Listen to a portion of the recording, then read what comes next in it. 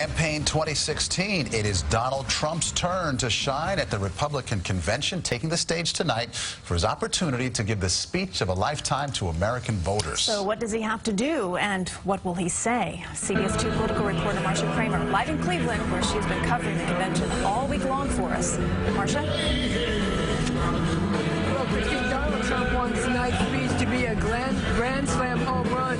He wants to convince the American people that he has the right stuff. I love the media. They're so honest. They're such honorable people. Donald Trump joking with the press as he did a walkthrough at the Quicken Loans Arena, the Q, as he prepared to give a speech to the nation about why he should be the next president. There's a lot riding on it. Just make sure nothing goes wrong. No, of course. Here's my question. Are you ready, folks? What does Donald Trump have to do tonight? Donald Trump has already shown that he can be leader of the party, and from a lot of the things he's done, he can be the head of the government. Now he has to show that he can be head of state. A lot of thought is going into the speech. The candidate and his aides reportedly weighing all kinds of things. How much to talk about his own life, whether to talk about his brother Fred, who died an alcoholic at age 43.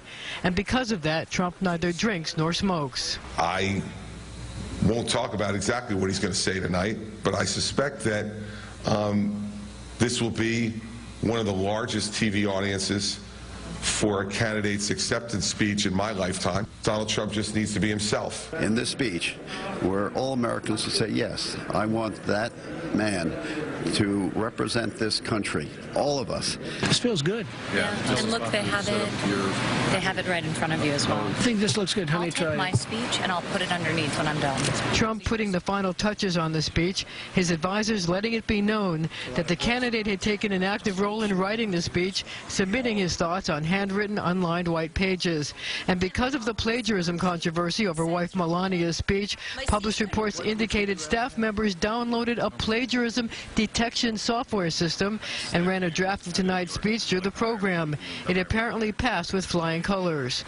Meanwhile, daughter Ivanka Trump gets the speaking nod tonight. Ivanka, an accomplished businesswoman in her own right, confessing she's nervous. I'm terrified. I've never spoken in a stadium like this, but really I just want to make sure I do a great job for him. So, you know, it's a real honor and a privilege that he asked me to do this, and I think it's a testament to him as a parent. Well, Trump also took to Twitter today, saying that the party is very unified, and there is, quote, great love in the arena. Reporting live from Cleveland, I'm Marcia Kramer, CBS 2 News. All right, Marcia, thank you. Well, Ted Cruz is doubling down on his decision last night not to endorse Donald Trump. If you go and slander and attack Heidi, that I'm going to nonetheless come like a servile puppy dog and say thank you very much for maligning my wife and maligning my father. Cruz was booed at the convention last night when he told people to vote their conscience.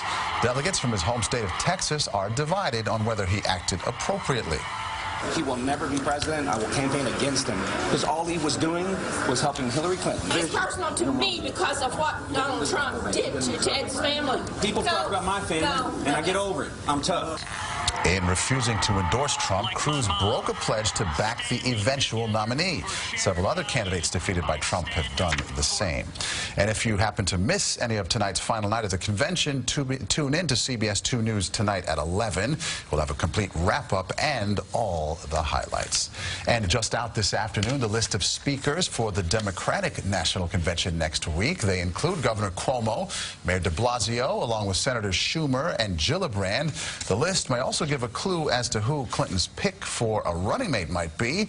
Agriculture Secretary Tom Vilsack, the former Iowa governor, is noticeably absent, but other people said to be on Clinton's shortlist are there, including Virginia Senator Tim Kaine, also New Jersey's Cory Booker.